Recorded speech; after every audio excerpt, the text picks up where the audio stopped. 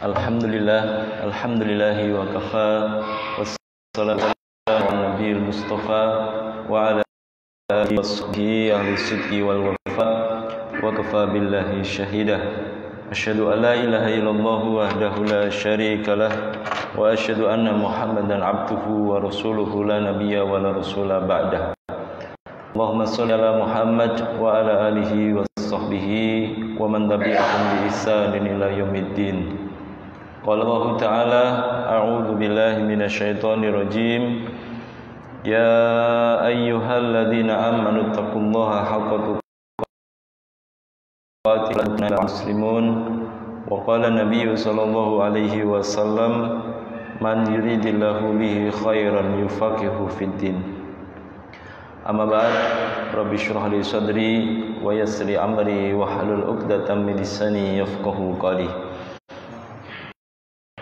Adik-adik jamaah salat maghrib yang semoga Allah berkahi, alhamdulillah segala puja dan puji syukur kita haturkan kepada Allah Subhanahu wa taala yang telah mengumpulkan kita di malam hari ini, yang semoga setiap langkah yang kemudian kita langkahkan menuju Masjid Cokro Aminoto, Allah angkat derajat kita dan Allah hapus segala macam dosa dan kesalahan kita semua. Salawat dan salam senantiasa kita curahkan kepada junjungan kita Nabi besar Muhammad sallallahu alaihi wasallam yang kita nantikan syafaatnya di hari kiamat, dan kemudian kita ikuti sunnah-sunnahnya, dan mudah-mudahan dengan kita bermajlis ilmu yang hadir di sini maupun para pendengar di rumah masing-masing yang ikut mendengarkan dan menyimak taklim kita malam ini, Allah mudahkan menuju jannahnya. Amin Allahumma. Bapak Ibu jamaah salat maghrib yang semoga Allah berkahi, dalam sebuah nasihat yang disampaikan oleh sahabat Utsman bin Affan, khalifah yang ketiga setelah Umar bin Khattab radhiyallahu an. Yang pertama adalah Abu Bakar As-Siddiq, yang kedua adalah Umar bin Khattab, dan yang ketiga adalah Utsman bin Affan, dan yang terakhir adalah Ali bin Abi Thalib. Ya, mengutip sebuah nasihat dari khalifah yang ketiga, yaitu Utsman bin Affan. Dan keempat ini termasuk al-asyrah al-mubasysyaruna bil jannah. Ya, al-asyrah al-mubasysyaruna bil jannah. Salah satu keempat ini masuk ke dalam 10 orang, 10 sahabat yang kemudian diberi kabar gembira oleh Rasulullah sallallahu alaihi wasallam dengan jannahnya Allah Subhanahu wa taala, al-asyrah al-mubasysyaruna bil jannah. Maka Bapak Ibu hadirin, ketika jenengan ditanya siapa itu al-asyrah al-mubasysyaruna bil jannah, 10 orang yang diberi kabar gembira masuk surga, minimal jenengan hafal yang keempat: Abu Bakar, Umar bin Khattab, Utsman bin Affan, dan Ali bin Abi Thalib. Ya, khulafaur rasyidin itu kan sudah cukup. Berarti tinggal sisanya yang keenam. Siapa yang tahu satu saja, Pak? Kalau ada yang tahu satu saja, pekan besok tak kasih hadiah Al-Qur'an. Zubair bin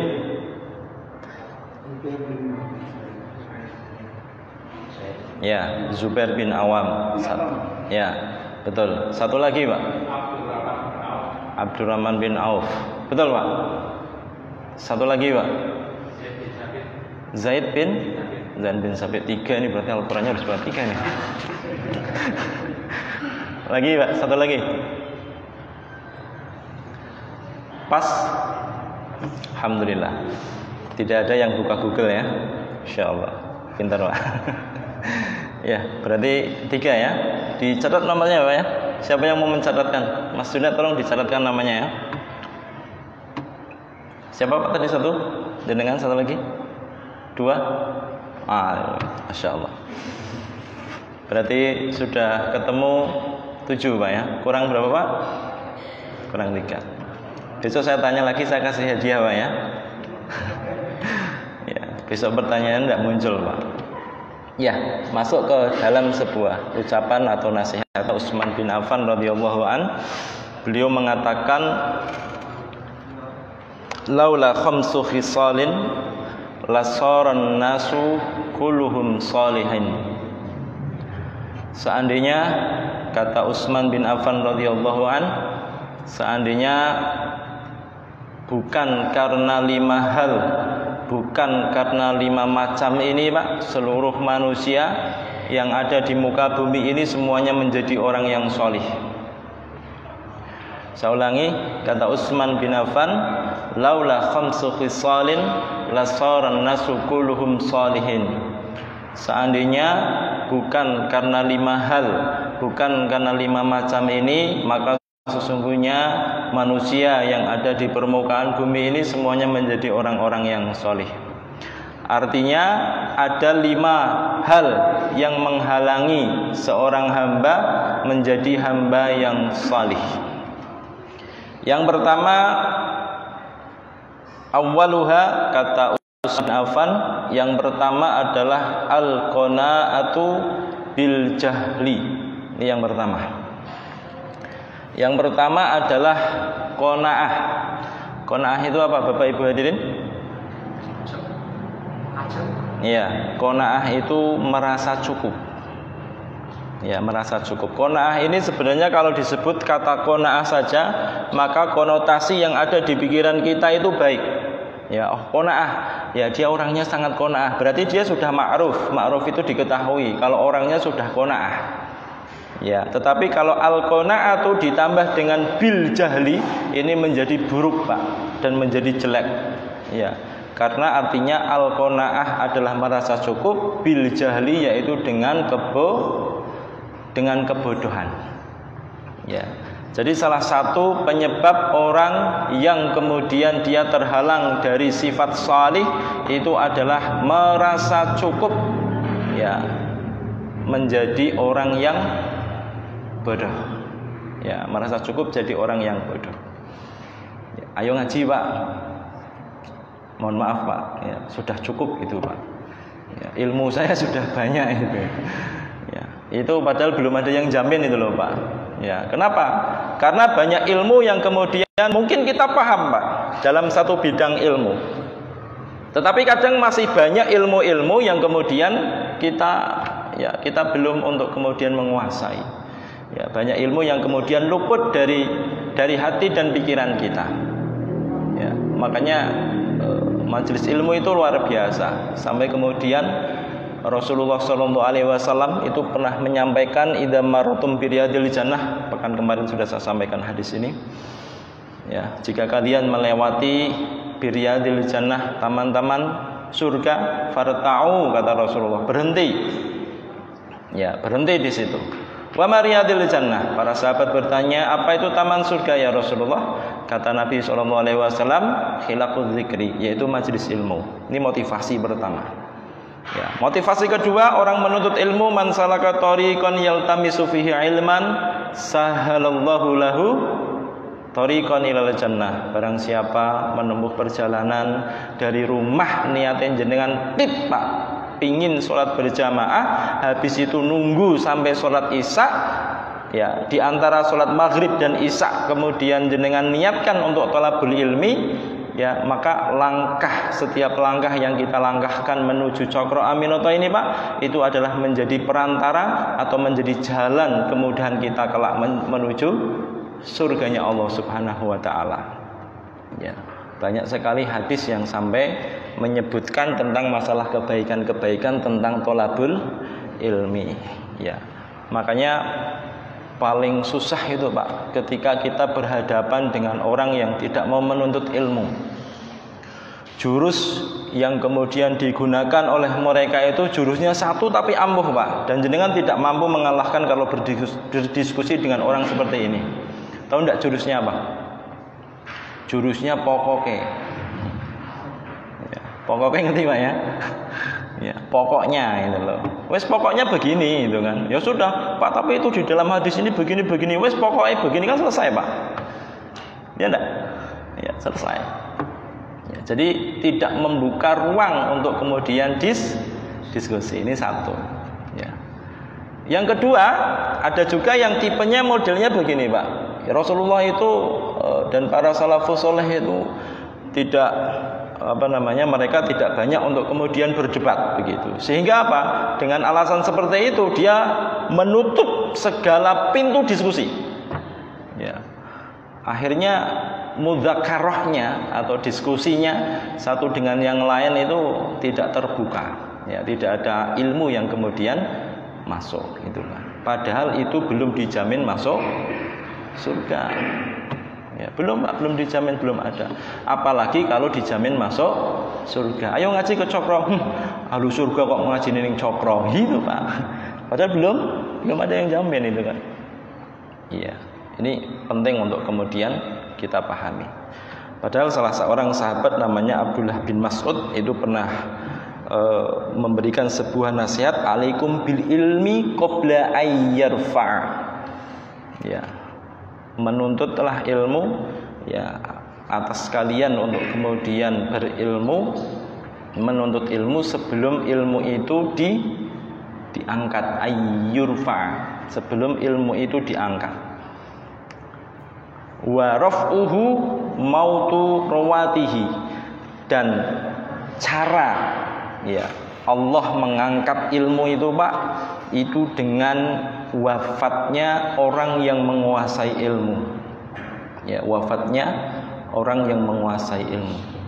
Padahal kalau kita ya belajar tentang masalah ilmu itu, Pak, banyak ilmu-ilmu yang luput sebenarnya, Pak.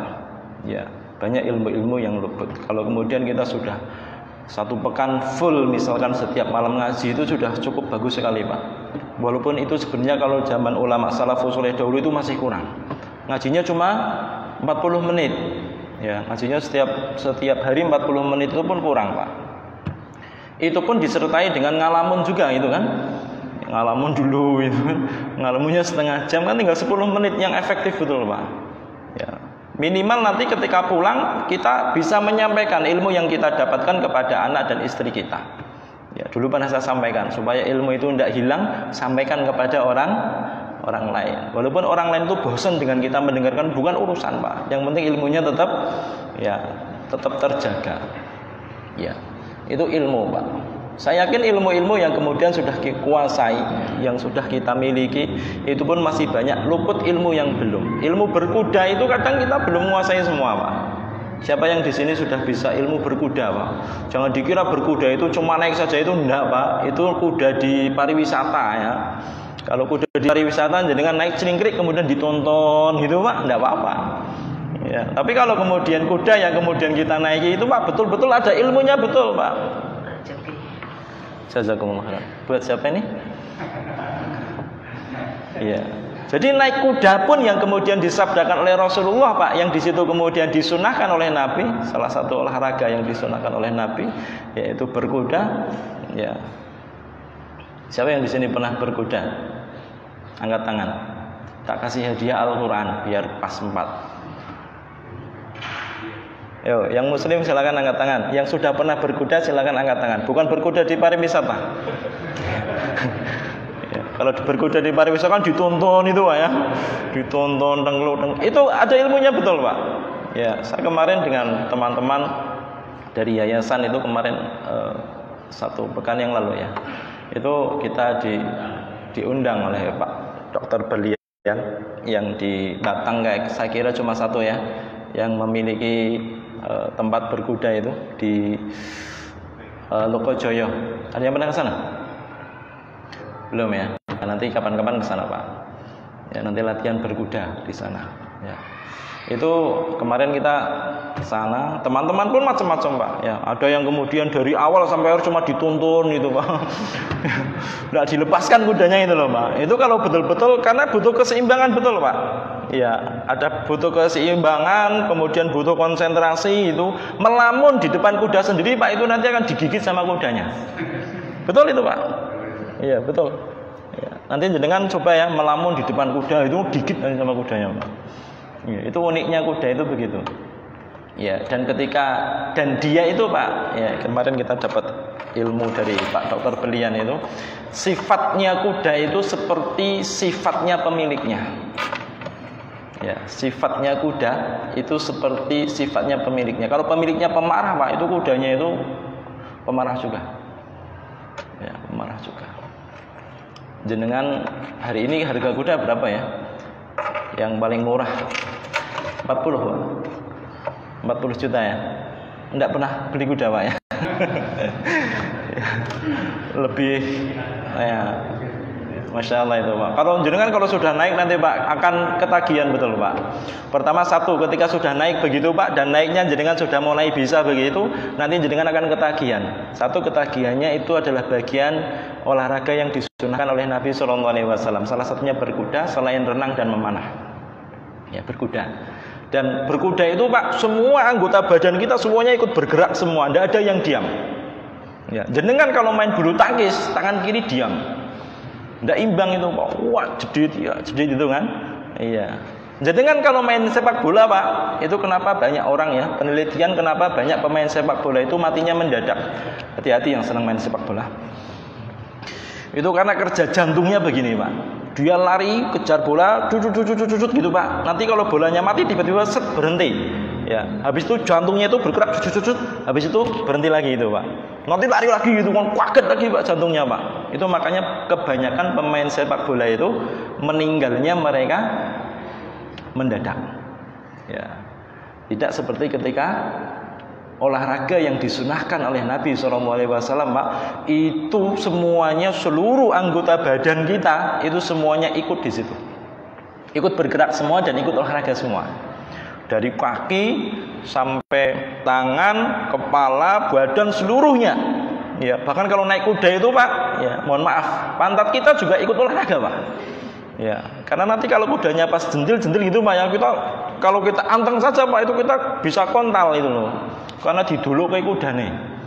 Ya, makanya itu kalau belum latihan dulu gitu kan, biasanya nanti ditonton dulu, Pak, sambil dikasih metodenya, cara duduknya, terus posisi tangannya itu, Pak. Kadang ada yang latihan naik kuda itu takut jatuh, Pak, terus ngalamun, terus gini aja, Pak, ya ngalamun gitu. Ada itu, Pak.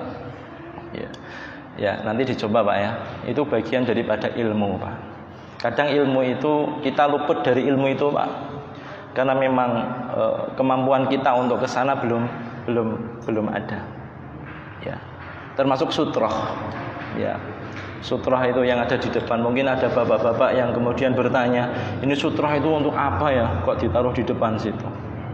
Idza shalla ahadukum, ya, idza shalla ahadukum, jika salah seorang kalian salat, falyusalli ila sutratin. Hadis riwayat Imam Abu Dawud. Jika kalian kemudian hendak sholat, maka menghadaplah sutroh.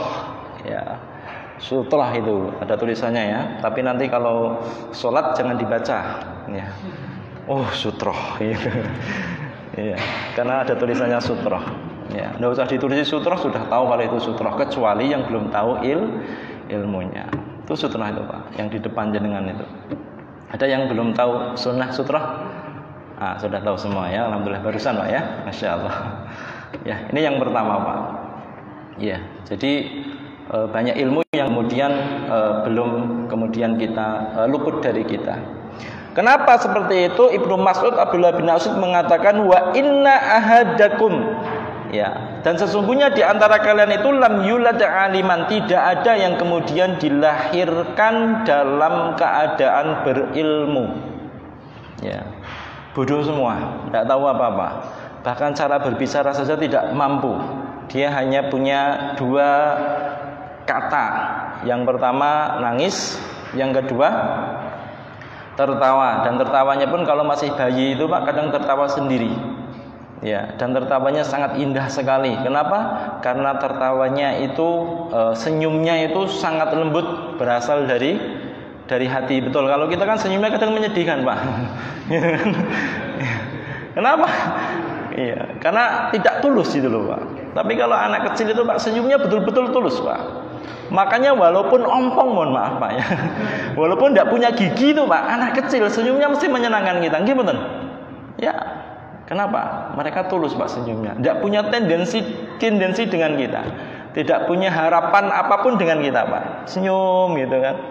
Ya, bahkan cepat sekali mereka itu Pak, barusan nangis itu kan, kemudian digoyoni lagi, dia langsung senyum lagi gitu loh, langsung kembali lagi kebahagiaannya. Cuma itu saja yang kemudian diberikan. Makanya tidak ada orang yang kemudian dilahirkan di dunia ini dalam keadaan berilmu. Dan beliau mengatakan innamal ilmu bitta'allum. Ya. Dan ilmu itu Bapak Ibu hadirin itu tidak kita dapatkan, tidak kita kuasai kecuali dengan ta'allum, yaitu kita tuntut, kita membuat majelis ilmu belajar. Ya. Ini nasihat yang kemudian diberikan oleh Abdullah bin Mas'ud. Ya. Jadi kalau bukan satu di antara 5 yang tadi, yang pertama ini yaitu tentang masalah al-qanaatu bil jahli, merasa cukup dengan ilmu yang sudah dia miliki, maka sesungguhnya orang itu akan menjadi orang yang soleh Pak. Ya. Berarti salah satu penghalang menjadi orang yang soleh adalah ketika dia mencukupkan terhadap ilmu yang kemudian sudah dia miliki. Oh ya, kowe wis tahu. Wis tahu ngrungu. Karena sebenarnya begitu Pak. Ya, makanya salah satu kesempurnaan adab dahulu para salafus soleh itu Pak, itu mereka mendengarkan dengan seksama ketika orang lain itu menyampaikan sebuah ilmu, padahal yang mendengarkan tadi Pak itu lebih menguasai ilmunya daripada orang yang mengatakan tadi. Itu kesempurnaan adab yang dimiliki oleh salafus soleh dahulu. Ya, mereka tetap memperhatikan begitu, padahal dia menguasai betul ilmunya gitu. Kalau kita kan enggak, harus tahu, gitu kan?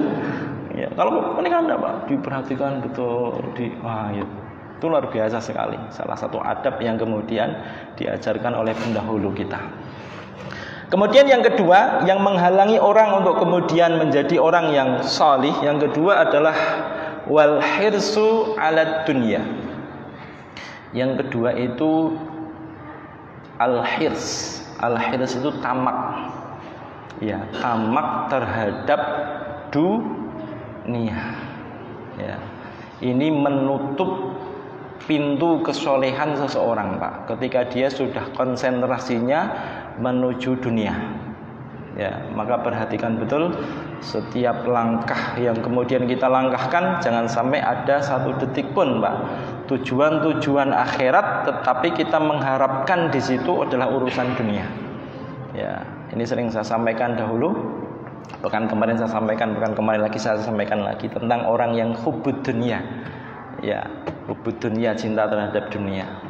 Obatnya ada 3, kata Ibnu Qodamah di dalam Minhajul Mukhtasar Minhajul Qasidin. Itu obat tamak itu ada 3 kata beliau. Inna dawa'a murakkabun min salasati arkanin. Sesungguhnya obat tamak itu Pak, itu ada 3, kata Ibnu Qodamah. Obat yang pertama supaya hati kita, pikiran kita terbebas dari tamaknya urusan dunia, itu yang pertama adalah as-sabru, sabar. Ya, pertama sabar itu Pak. Ini berat Pak, sabar itu Pak. Ya, misalkan begini Pak. Menurut ilmu tentang dunia, ya, ilmu dunia itu mungkin bisnis dan lain sebagainya Pak.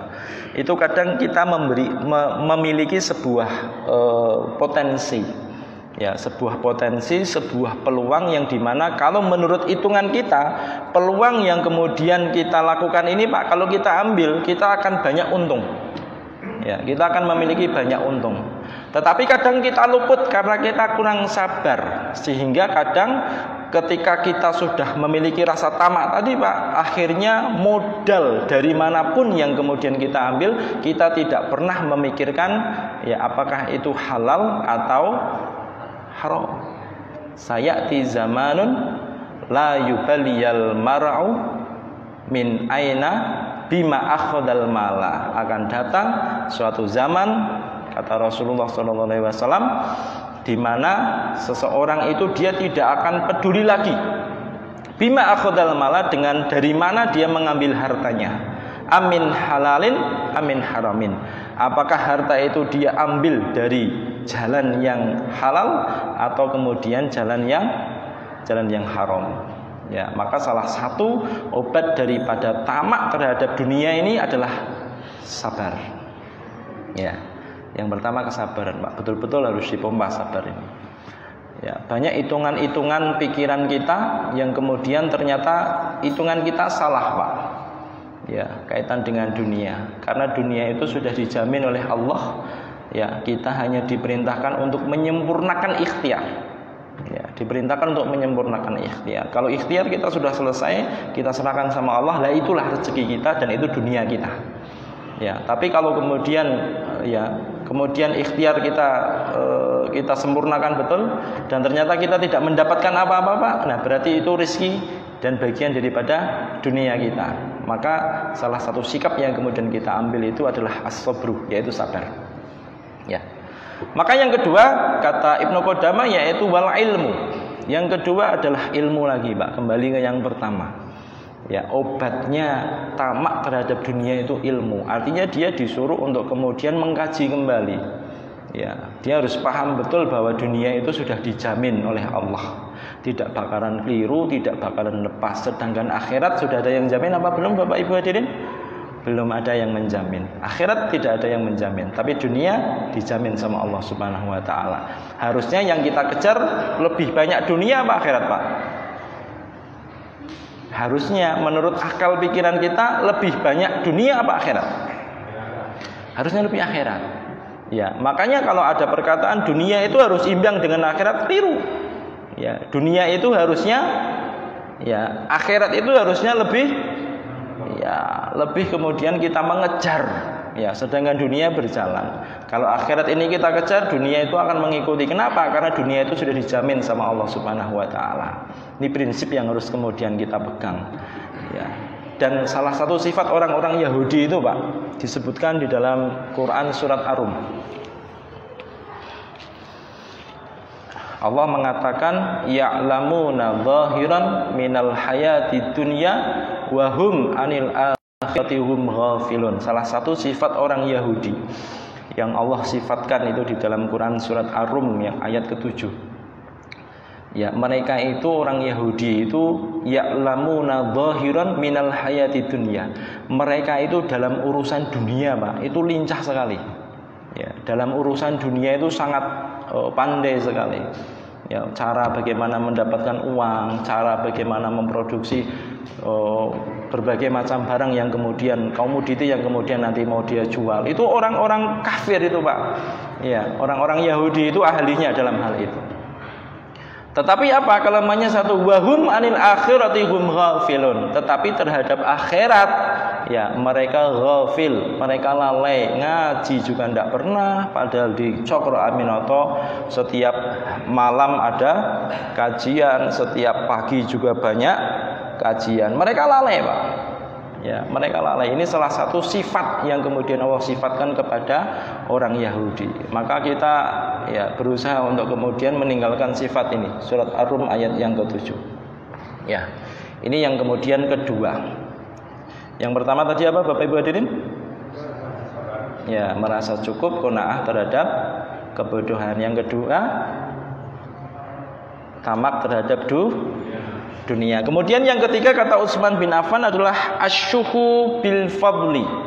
Asyuhu bil fadli yaitu bakhil. Ya, bakhil itu medit. Ya, medit itu apa? Pelit. Ya, bakhil, medit, pelit. Koren. Iya. Medit, pelit, bakhil, itu pokoknya apa ya? Ya. Bil fadli terhadap rezeki atau dunia yang kemudian sudah Allah berikan kepadanya. Ya, bakhil. Ya, salah satu sifat yang dicela oleh Allah Subhanahu wa taala di dalam Al-Qur'an itu adalah sifat bakhil. Ya, sifat bakhil. Gelo, Pak. Ya, makanya dunia ini kalau kita paham betul Pak ya, bahwa sesungguhnya dunia yang kita miliki ini sebenarnya itu tujuannya semuanya untuk akhirat Pak. Ya, tujuannya untuk akhirat. Karena itu konsekuensi daripada seorang yang sudah bersyahadat. Ya, konsekuensi dari iman kepada Allah. Sebagaimana Allah katakan di dalam Quran surat At-Taubah ayat 111, Innallaha ashtara minal mu'minina anfusahum wa amwalahum bi anna lahumul jannah. Sesungguhnya Allah membeli minal mu'minina dari orang-orang yang beriman, anfusahum jiwa-jiwa mereka, wa amwalahum dan harta benda mereka. Dengan apa Allah menjualnya? Yaitu bi anna lahumul jannah. Allah jual ya jannah itu Pak dengan anfus dan dengan amwal. Ya, jiwa kita dibeli oleh Allah, kemudian harta benda kita dibeli sama Allah, dan Allah tukar itu dengan jannahnya Allah Subhanahu wa taala. Konsekuensinya berat, Pak. Konsekuensinya berat. Misalkan ya, kita harus menukar dunia, yang kemudian kalau dunia itu kita masukkan dalam hati kita akan sulit untuk kemudian kita tukar. Masjid Cokro Aminoto hari ini Bapak Ibu hadirin butuh granit ya untuk keramik di sebelah sana itu kan. Konsekuensinya apa Pak? Ya, berapapun yang kita miliki, yang ada di dompet kita, paling tidak kita ikut mengeluarkan. Konsekuensinya seperti itu Pak. Ya, konsekuensinya seperti itu. Kalau konsekuensi tadi akhirat itu harus kita kejar daripada dunia, maka kalau kemudian ada uang 10.000 di saku kanan dan ada uang 2.000 di saku kiri, yang kita infakkan di saku yang mana Pak? Iya, ini konsekuensinya seperti itu Pak. Ya, kalau kita bicara konsekuensi seperti itu. Uang 10.000 Pak di sini. Ya, ada uang 2.000 di sebelah kiri, yang kanan 10.000 itu kan. Pas Jumatan itu Pak. Ya, Allahumma sholli ala Muhammad. Hujan. Ya, pas Jumatan itu. Karena ngantuk, ya, kotaknya lewat depan kaget itu kan, yang dimasukkan, yang diambil sebelah kanan Pak dimasukkan, plus gitu. Tiba-tiba ketika pulang mau beli bensin, bensinnya pas habis Pak. Loh, kok 2.000 itu kan? Akhirnya kita ngomong itu Pak, wah keliru ya, astagfirullah, alhamdulillah Pak. Nah, ini nanti akan kelihatan Pak. Kalau kemudian ya akhirat berlari, betul-betul akhirat itu berlari, mungkin dia akan berhusnudzon kepada Allah. Oh, Allah sedang menghendaki saya untuk kemudian berinfak, gitu kan? Yang lebih banyak, karena itu tujuannya adalah akhirat. Ya, makanya orang yang pandai di dalam masalah agama itu Pak, dia jarang suudzon kepada Allah. Ya, jarang suudzon kepada Allah. Juga jarang khawatir Pak.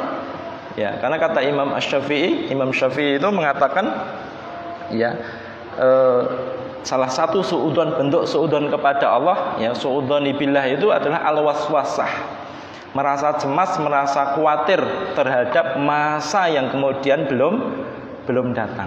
Itu merasa cemas. Ya, aduh, besok anakku makan apa ya? Besok pekerjaannya apa ya? Begitu Pak.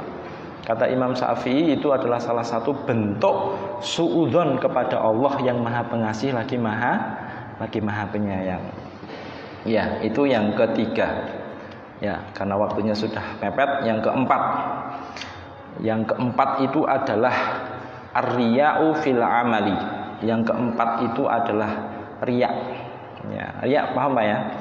Riya itu ketika dia beramal ternyata bukan mencari ridhonya Allah satu-satunya yang dia cari, tetapi juga dia kadang mencari perhatian dari makhluk Allah, dari manusia. Ya, sholat itu kan sendirian Pak, itu sholatnya cepet banget gitu loh. Udah ada 5 menit, bahkan 1 menit mungkin sholat subuhnya. Ya, kenapa? Sholat jamaahnya ketinggalan. Sholat sendiri cepet banget itu Pak, Allahu Akbar gitu kan, tiba-tiba langsung salam. Ya, 1 menit. Tapi ketika banyak orang sholat sunnah pun lamanya por ya.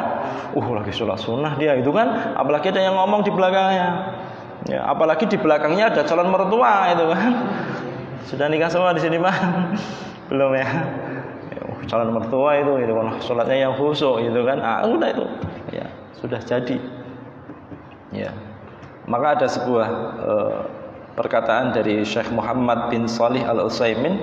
Beliau mengatakan laisa minar riya'i ayyafrahal insanu bi ilmin nas. Ya. Bukan termasuk bagian dari riya itu, Pak. Itu ketika seseorang itu merasa senang, ya, karena manusia itu mengetahui ibadahnya. Perbuatan-perbuatan, amalan-amalan yang kemudian dia lakukan itu dia ketahui, ya, diketahui oleh orang banyak dan dia tahu, ya, wah, dia amalannya bagus ya, begini begitu, kemudian dia merasa senang. Itu bukan termasuk bagian daripada riya, kata Syekh Utsaimin. Li anna hadza innama tur'a ba'dal faraghi minal ibadah. Karena beliau mengatakan karena sesungguhnya senang tersebut munculnya itu setelah selesai melakukan ibadah tadi, perbuatan tadi. Ya, bukan di awalnya. Ya, tetapi kalau sabar itu harus di awalnya, Pak, bukan di akhirnya. Ya, innamas sabru fi sadamatil ula. Sabar itu ada di pukulan pertama itu kan, bukan di akhir itu kan. Salib motor lewat kiri mer gitu kan, karena hujan blok nyiprat semua, padahal mau ngaji di Cokro Aminoto itu kan. Kira-kira gimana, Pak? Astagfirullahaladzim apa? Astagfirullahaladzim, Pak. Iya, masya Allah itu, Pak. Sabar betul diuji betul, Pak. Sudah nyalip lewat kiri, tidak ngebel itu kan. Iya. Berbeda kalau kemudian kita pasrah, ya. Pasrahnya itu kenapa kita diam, tidak begini? Ya karena kita bawanya sepeda ontel, nggak mungkin dikejar, Pak. Ya, naik sepeda ontel, ya. Mudah-mudahan yang bapak-bapak, saya lihat bapak-bapak ada yang naik sepeda ontel, itu saya terenyuh sekali, Pak. Jadi saya itu kadang mau datang hujan terus itu, Pak, ya. Itu ujian, tapi saya lihat bapak-bapak yang naik sepeda ontel yang sudah sepuh itu kadang saya merasa gimana itu loh, Pak. Mosok ya bapak-bapaknya sudah sepuh, semangat itu kan. Mosok saya yang kayaknya masih muda itu kan. Ternyata hujan hujan sedikit mundur itu loh, Pak. Ya, tadi sempat hujan terus, Pak, ya. Padahal tadi saya baru ada acara di Pekalongan itu pulang jam asar itu. Pulang asar, mandi sebentar, kemudian langsung duduk dulu sebentar, istirahat setengah jam jam berapa ya, setengah 5 ya, jam 5 baru berangkat ke sini bersama teman-teman sambil nunggu teman-teman. Alhamdulillah ketemu dengan Bapak Ibu sekalian. Ya, itu yang keempat, Pak. Yang kelima, yang terakhir, waktunya sudah habis. Wal ijabu birra'i, yang menghalangi seseorang itu untuk menjadi orang yang sholih itu adalah dia takjub terhadap ide dan pikirannya. Ya, takjub terhadap ide dan pikirannya, Pak. Makanya kalau kita lihat, Pak, sunnahnya Nabi SAW, Rasulullah itu keutamaannya salah satunya, Pak, beliau itu sangat dekat kepada Allah. Ya, keutamaannya itu sangat dekat kepada Allah. Kalau di dalam masalah strategi perang itu Nabi SAW itu, Pak, itu dimusyawarahkan.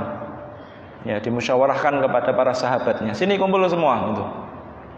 Ini kita akan melawan orang-orang kafir begitu kan. Ini posisinya kita terdesak, atau kemudian sebelum Fathul Mekah itu kita mau diserang oleh orang kafir. Ini solusinya bagaimana? Itu Rasulullah dimusyawarahkan, Pak, dalam urusan dunia. Ingat, Pak, ya, yang dimusyawarahkan dalam urusan dunia. Urusan syariat tidak boleh dimusyawarahkan. Ya, urusan syariat tidak boleh dimusyawarahkan. Kenapa? Karena sudah ada landasannya. Tidak perlu dimusyawarahkan. Zina itu halal apa haram ya? Ya kita voting dulu ya, Pak. Itu ya. Tidak boleh, Pak. Tidak boleh dimusyawarahkan. Ya.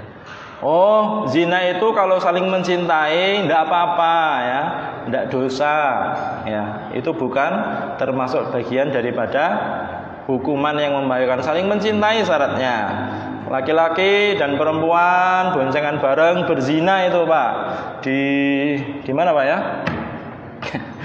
Ya, di suatu tempat misalkan, ya. Wah, Pak, anak saya dizinai sama orang, Pak, saya harus lapor polisi.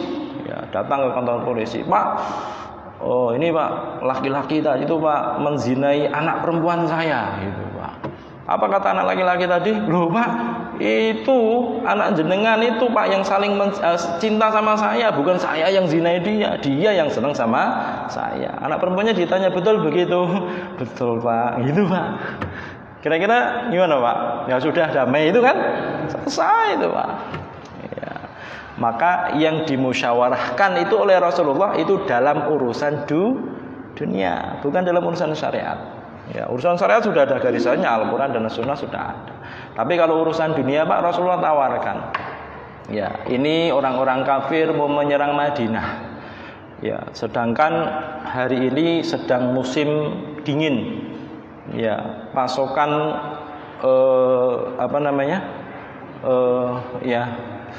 pasokan ininya makanan kita sudah mulai habis. Sedangkan mereka ada 10.000 orang Pak yang mau mengepung kota Madinah. Kira-kira menurut para sahabat bagaimana ya enaknya ya? Begitu Pak Rasulullah itu Pak. Datang itu sahabat Salman Al-Farisi. Oh Rasulullah, kalau kita dikepung seperti ini Rasulullah, dulu waktu kami di Persia sana itu kami membuat sebuah parit. Ya. Paritnya itu sangat luas. Yang kira-kira kuda terbaik itu tidak bisa melewati parit itu. Yang kira-kira orang yang paling orang yang paling tinggi itu nggak bisa melompat ke situ begitu. Ya, jadi kudanya nggak bisa lewat sana. Panahnya kalau dipanahkan nggak sampai kota Madinah. Kira-kira luasnya kayak apa itu Pak? Diduduk itu Pak, duduk tahu Pak ya, digali. Ya, gali. Wah kuda walaupun orang naik kuda lincah itu Pak, nggak bisa lompat kudanya. Padahal itu kuda terbaik. Panah yang paling inceng Pak, itu panahnya nggak sampai masuk ke kota Madinah.